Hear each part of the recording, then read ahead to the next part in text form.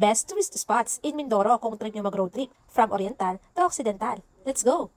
First stop, Melzar Mountain Resort. May resto and pool sila dyan. Perfect ang view, kaya mananawa ka mag-selfie. And from there, ilang hakbang lang andito ka na sa Oriental Mindoro Heritage and Cultural Center. O kalma, wala naman bayad dyan, maglalagbo ka lang. Mai-enjoy mo na panoorin lahat ng to. Ewan ko lang kung di ka mapadrop sa donation box nila. At uy, lubusin mo naman, bumili ka naman ng souvenir dito sa mga ginawa ng ating mga kapatid.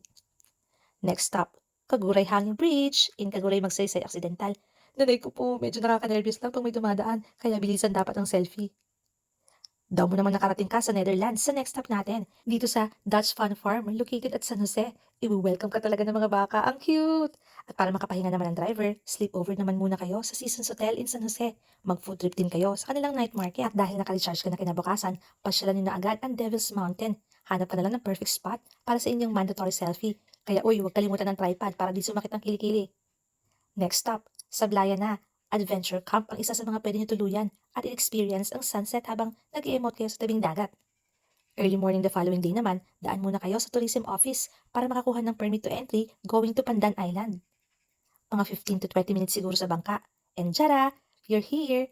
Nanay ko po ay talagang pagkaganda dito. Ang linis ng dagat, ang ganda pa ng view. At ang buffet nila pag dinner, ang dami na, ang sasarap pa, mananawa ka inay. After mag-beach, huwag kalimutan ikutan ang lumang simbahan ng Sablayan na isa sa mga pinakalumang simbahan dito sa Pinas at na-recognize ng National Historical Commission of the Philippines.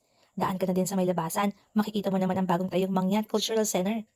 Meron din sila ditong Sablayan Museum, parang 10 pesos lang ata ang ticket. At uy, aircon sa loob ha, well-trained pa ang mga tourist guide na magkukwento sa inyo ng history ng Oxy at ng ilang mahalagang bagay dito sa loob.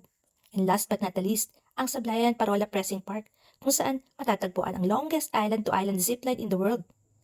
Kaya wag na muna lumayo. Abay, Mindoro nga hindi mo pa naiikot, ano ka naman din.